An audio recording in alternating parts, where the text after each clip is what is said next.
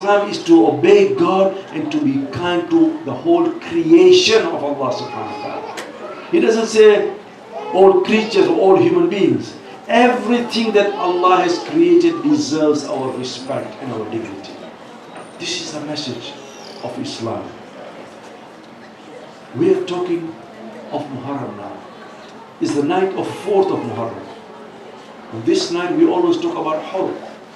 And indeed Hurr was a great example of a person whose conscience came to life. Azadar and Hussein, for a long time, we have been going to Karbala for ziyarah. But this ziyarah has a long history behind it. We are aware that the Prophet himself used to go to Jannatul Baqi just to cry over the dead, to pray for them.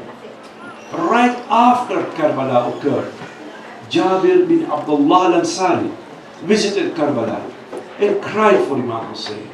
This sense of ziyarat is not continued. On the contrary, it comes right from the early period of Islam. Umar ibn Sa'd, who was the commander-in-chief in Karbala, he was offered the position of Rai. Ibn Ziyad says, "Oh, Umar ibn Sa'd, if you go and capture Hussein, I will give you the governorship of Rai." Umar ibn Sa'd, he was the son of a very famous companion, Sa'd ibn Abdul Waqqas. He thought about it. It is amazing how our conscience can fail us sometimes. Because on the one hand, he was being promised with the governorship of a very rich status of Rai. On the other hand, he would have to kill Hussein ibn Ali. The nephew of Umar ibn Sa'd goes and tells him, "Oh my uncle, don't do this. Don't even oppose Hussein ibn Ali. Because if you do that, then you will lose your akhirah." And yet Umar ibn Sa'd is tempted by this world. This world becomes far more important than the akhirah.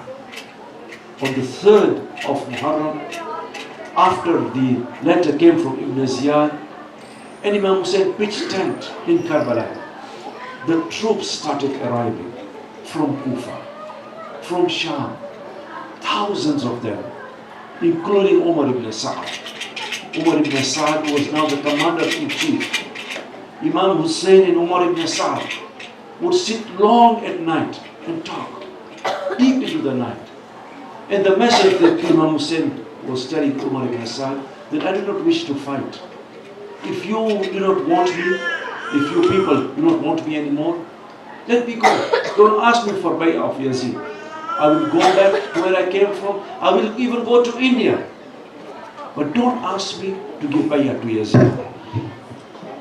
Umar ibn Sa'd writes a letter to Ibn Ziyad. He says, "Oh Ibn Ziyad, I think we have found a solution. The solution is we leave Hussein alone and he will leave us alone. He doesn't want to fight. Why do we need to fight him?"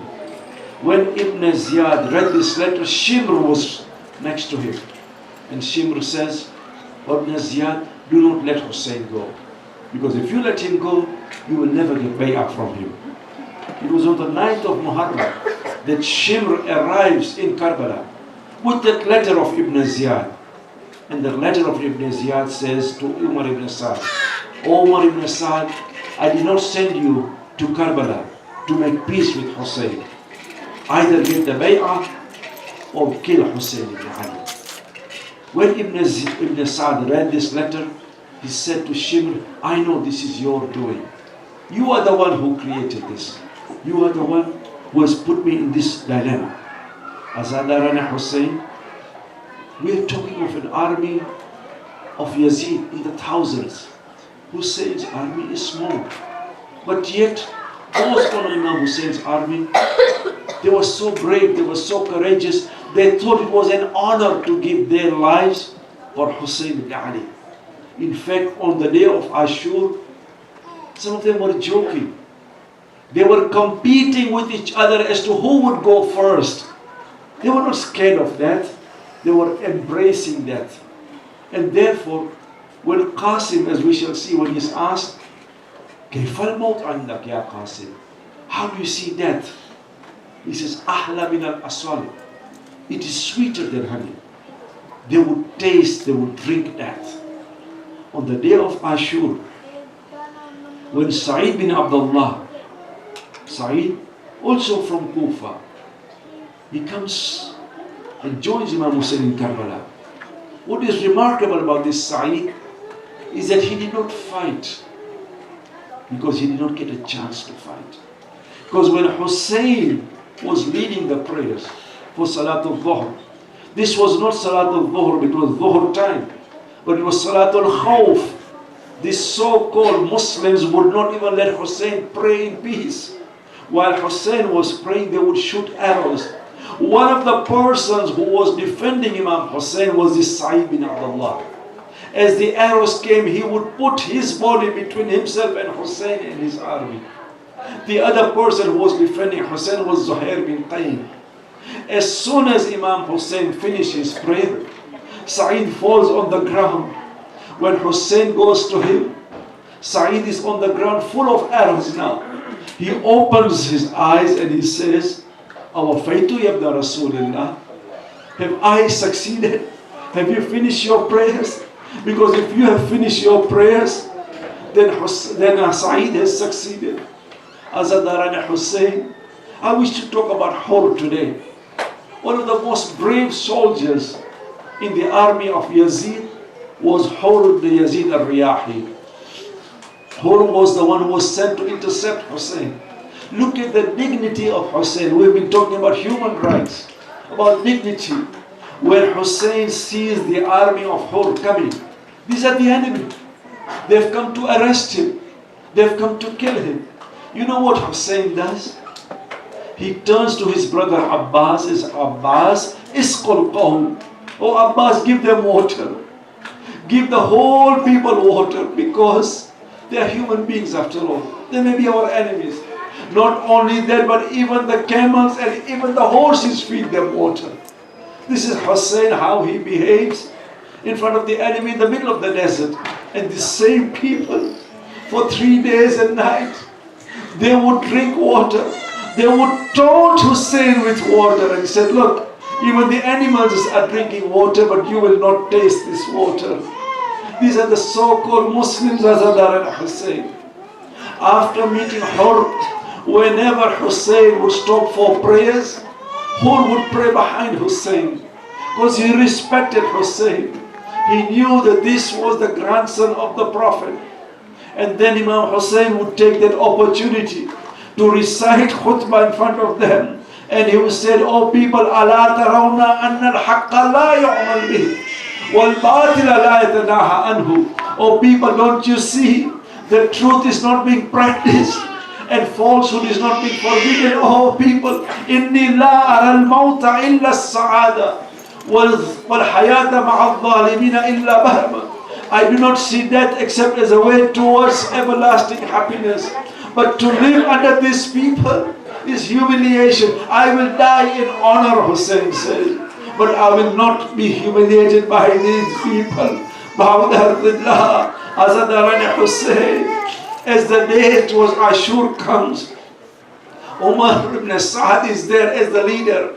Hur comes to Ibn Sa'd.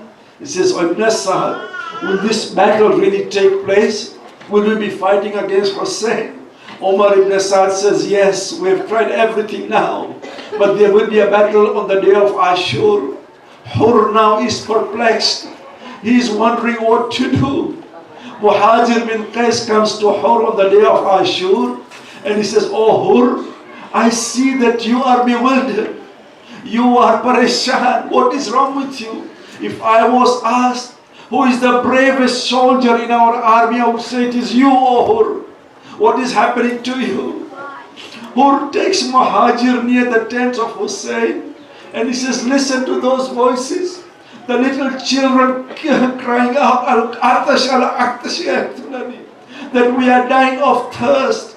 O Muhajir, tell me, will we drink water while the children of the Prophet remain thirsty? Inni ukhayyiru nafsi bayna al-jannah wa nar, Hur says. I'm choosing within myself between heaven and hell.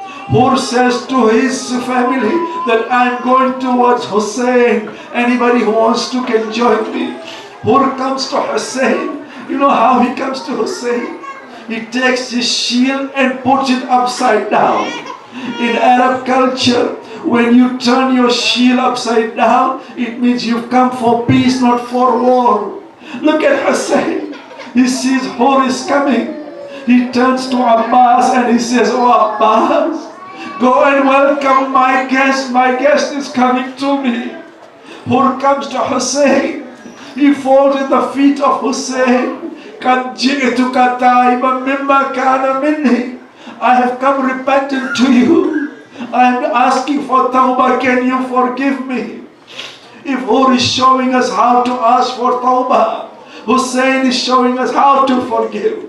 Hussein embraces Hur and he says, "Oh Hur, your mother has named you well. Your mother has named you well because you are Hur in this world and you are Hur in the next world too." Hur comes in front of the enemy now. He has changed sides now and he says, "Oh people, what is wrong with you? Where is your conscience? The children, your children are drinking water. The animals are drinking water. But the family of the Prophet is dying with thirst. What is wrong with you?" The people are astonished. "Oh Hur, you are supposed to be with us, not with Hussein." Hur says, "No more. When I talked to Hussein, when I saw what I had done, I realized that I chose death over life. I will die in honor, but I will not kill Hussein. Azadarana Hussein." A time comes when Hur comes to the battlefield as he fights a noble battle. Nobody can come close to him. The enemy fire arrows and you know what they do? They go and shoot arrows at the horse of Hur. Hur falls from the ground. As he falls, he comes crying. He cries out to Hussein and he says, "Assalamu alayka ya Aba Abdullah. Adrikni yabna Rasulillah." Come to me and help me, oh the grandson of the Prophet, as Hussein. He comes to Hur. What does he find? Hur now is covered in blood. He is covered in blood, but blood is coming out from the forehead of Hur. According to some riwayat I have seen, that Hussein takes the handkerchief of Fatima and he says, "Oh Hur, as you are going to Jannah, I give you the gift of Jannah. This handkerchief is from my mother." Hussein covers Hur with the handkerchief of Fatima. Hur passes away in front of Hussein. The next scene is Hussein takes the body of Hur to the Khaima, to the tent, and he says, "Oh people of Khaima, oh the Ahlul Bayt, come and see what has happened to Hur." ألا لعنة الله القوم الظالمين. مات من حسين.